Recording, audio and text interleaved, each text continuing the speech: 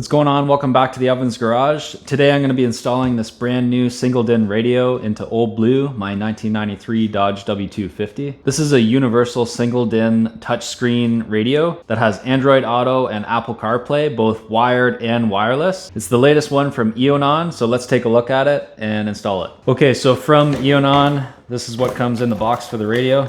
We've got the radio itself, an instruction manual.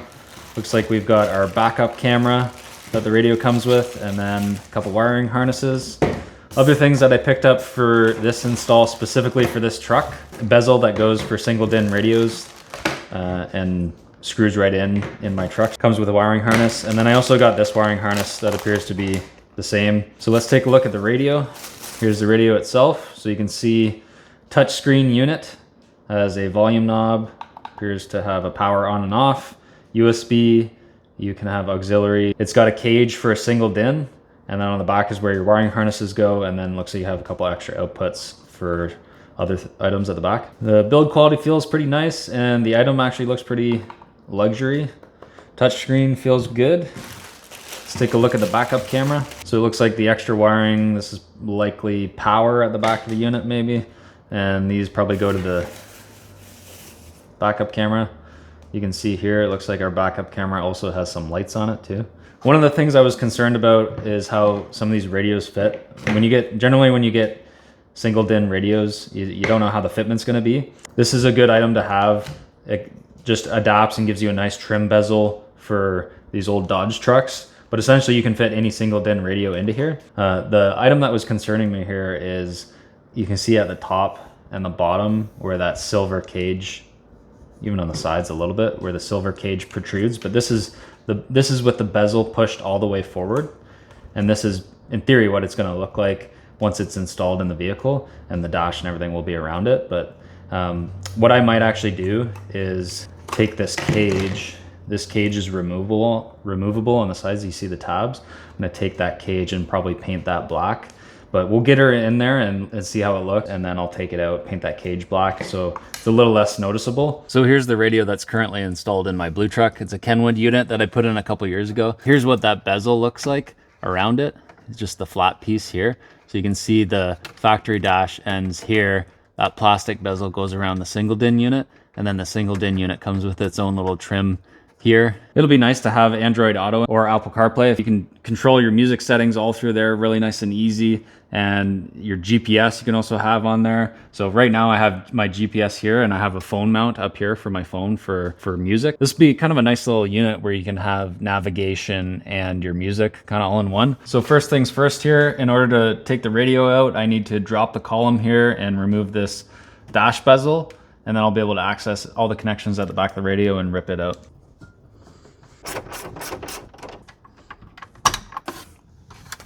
So now that I have the dash bezel off, I can remove this trim piece around the radio.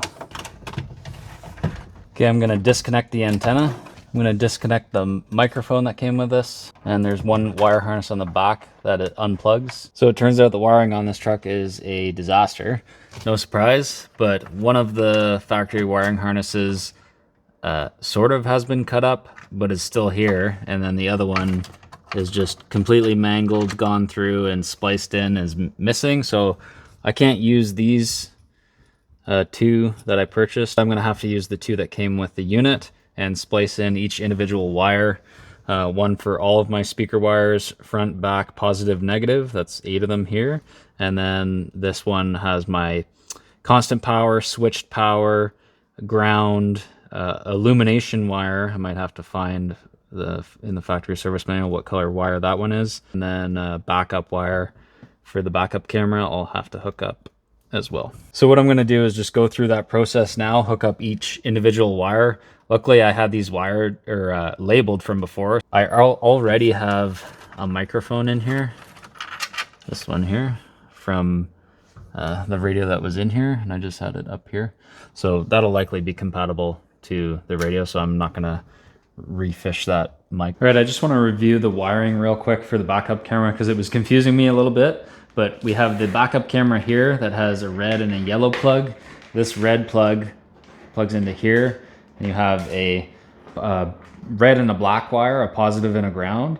This just goes to a good ground, and this wire goes to your 12-volt power source when your reverse light is turned on. So you can tap into that 12-volt wire that goes directly to your reverse light bulb at the back of your vehicle. And then this yellow plug gets plugged in here with the harness. There's a little red wire that comes out of here. On this side, this yellow plug gets plugged in right to the back of the radio. And then this little red wire is your trigger wire for the backup, and that goes into the trigger lead, or the trigger backup lead that comes out of the back of the radio. All right, so I've got everything hooked up here on the back of the radio that I need to. There's a lot of wires that aren't used, and what I'll do is I'll flash up a wiring diagram of what the factory harness is in this truck, as well as what this radio calls for, and you can see exactly what you need to connect to. Unfortunately, some of the factory wiring harness connectors here, one of these was chopped off and one of these was only salvageable, so I was able to use one of these connectors, but the other one I just had to hardwire everything.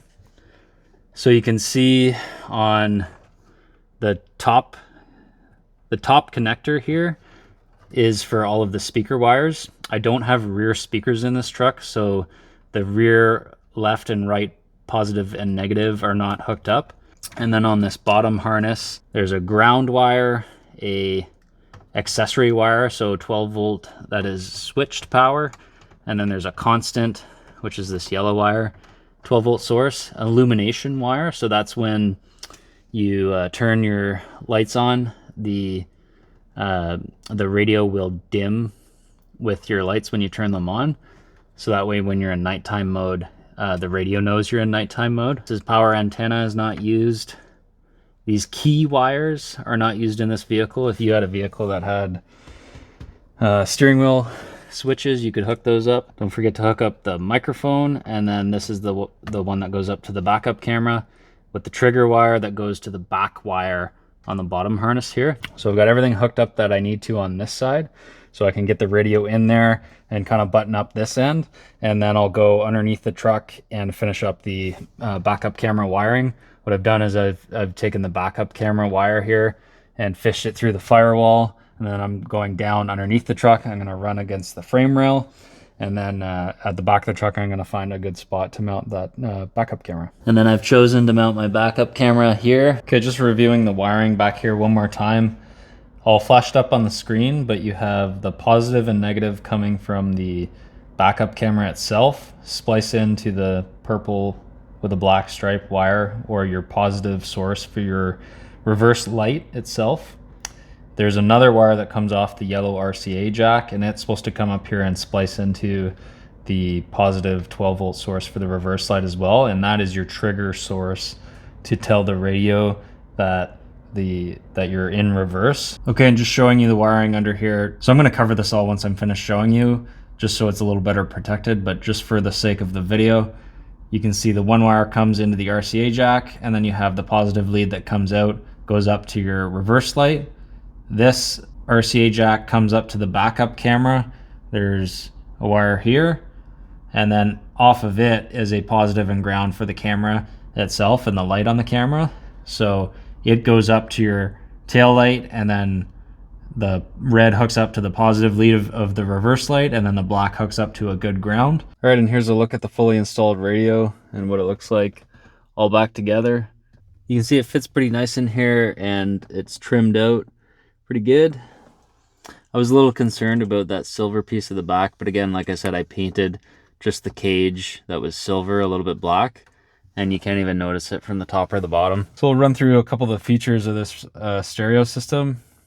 And I've already tested the music, and the music sounds pretty good. So I've got it hooked up to Android Auto right now, but you can see I can control music on and off and next. I can go into my Maps app here and move the map around, go more of a full screen. So this is fully connected to my phone, and I can enter in exactly where I want to go, and I have all the route information here if I want it. So this is just the main screen here. You can see I've got Android Auto. I can connect to the radio itself here and choose a different station or whatever, and have different presets and everything. There's lots of different options for settings here. Bluetooth, I'm connected to Bluetooth right now. There's different setup settings. You can change touch calibration, turn on or off reverse mute, tuner region, wheel button settings if I had those hooked up, factory reset, sound settings here, display settings for brightness, contrast, saturation, different wallpapers or themes. You can see I've got lots of different themes here that you can use for the buttons. So there's lots of different options on this thing. Screensaver, language clock, version, update settings, phone link. You can also do screen mirroring. I didn't quite figure that out yet, but you can screen mirror exactly what's on your phone and play it on this little screen.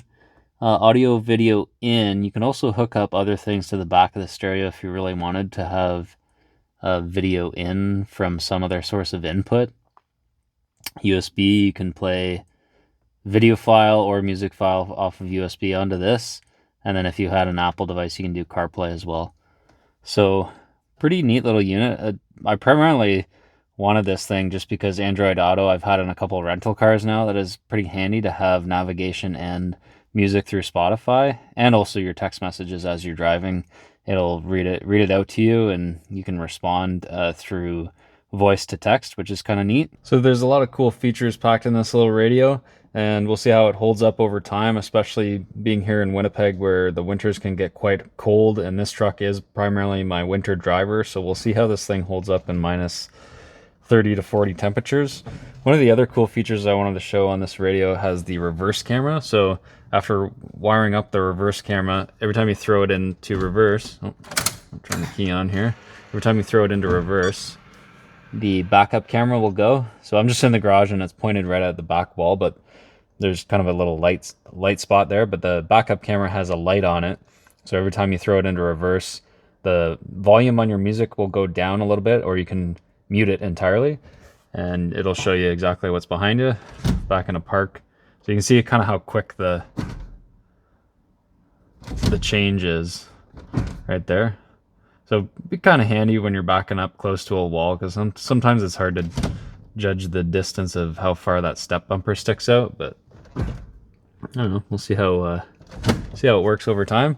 Full disclosure, I had this radio sent to me by Ionon, and I'm actually planning on putting that other radio that I took out into my red truck, because the one that's in the red truck is a little bit older and doesn't have Bluetooth capability. So that'll be a nice upgrade for the red truck, and we'll get to test this thing for a little while and see how it works. And if I don't like it, I'll just rip it out and put the other radio back in. But so far I'm liking the features, and we'll stick with it for a little bit and give it a good test run before I make a final call on whether or not I'm keeping it. Overall, not too bad of an install on this one. Most pain in the butt part of this was actually the backup camera. Installing the radio portion of it was actually pretty straightforward. It's not too intrusive, and it blends in pretty well actually.